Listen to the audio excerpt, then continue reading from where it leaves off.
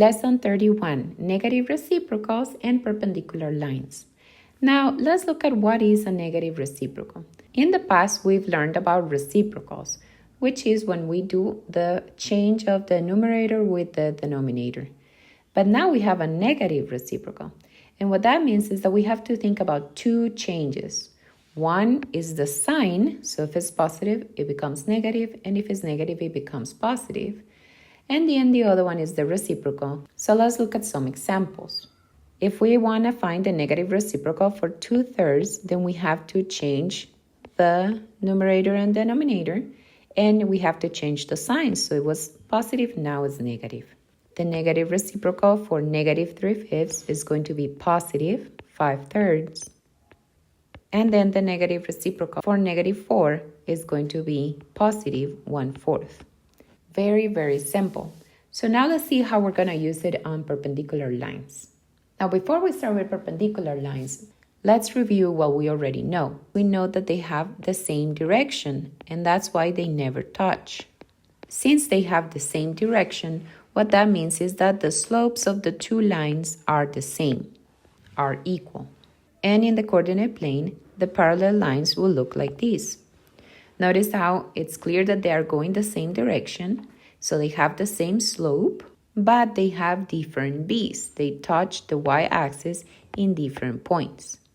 Now, in comparison to the perpendicular lines do not have the same direction. Let me first draw a pair of perpendicular lines.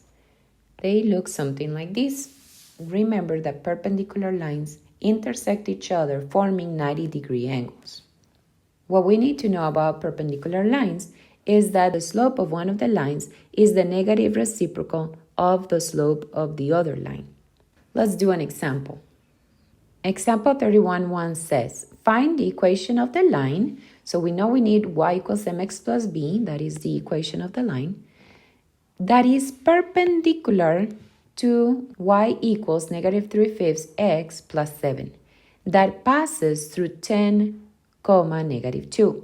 So what we have to be clear here is that we have two lines. We have the line 1, which is the line that is given, so that is line 1. And then line 2 is what we want to find out. We don't know the equation for line 2. What we do know is that the two lines are perpendicular, and we also know that this line passes through 10, negative 2. So why are they giving us line 1? Well, line 1, it's only to know what is the slope. So if you look at that equation, y equals negative 3/5 x plus 7, you should be able to tell what is the slope. In this case, the slope is negative 3/5. Remember, that is the number multiplying the x, not the one adding. That one is b. It's the one multiplying the x. So what I'm going to do is I'm going to grab the m1, and since I know that m2 is the negative reciprocal, I'm going to find the negative reciprocal of negative 3/5, which we said has two changes. It changes the sign to positive, and then the reciprocal, which is 5/3. Now, with this information of the m2 that we just found and x and y in this point, we can now do what we've done before, that we can substitute the y for negative 2, the m for 5/3, and the x for 10. And now, the only thing we have to find is b, so we multiply, and the 50/3 is adding, so we're going to pass it to subtract. And so the answer is negative 56/3, and that's b. Now remember, the answer is not b. What they're asking is for the equation, but now we have the information that we need to write the equation. The final answer is going to be y equals 5/3, because that's the slope of the second line, x minus the b that we just found, which is negative 56/3. And that's our final answer. In this next example, we have exactly the same thing, but they don't give us the first line ready. So that's the only difference. So let's write our line 1, negative 3x plus 2y equals 5. And then on this line that we have to find, we know that the point is 4, 6. So we want to leave the y by itself. So we'll pass the negative 3x to add, and then the 2 that is multiplying to divide. Now I purposely put the 5 first so that you remember that the slope is not the first number. The slope is the number multiplying the x. So in this case, it's 3/2.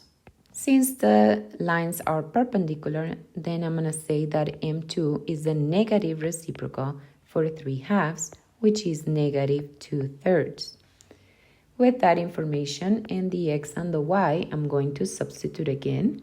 So 6 equals negative 2/3 times 4 plus b. I simplified that, and that's going to be 6 plus, because this is negative, so it's going to go at 8/3. We're just skipping a step to make this faster. Then we do common denominator. 3 times 6 is 18 plus 8 is 26/3. And so now we have all the information we need to write our final answer. Remember, we use the M2, not the M1, the M2, and then the b that we found. And that's it. Notice that it's very similar to what we have done in the past about finding the equation of parallel lines, but now we're working with perpendicular.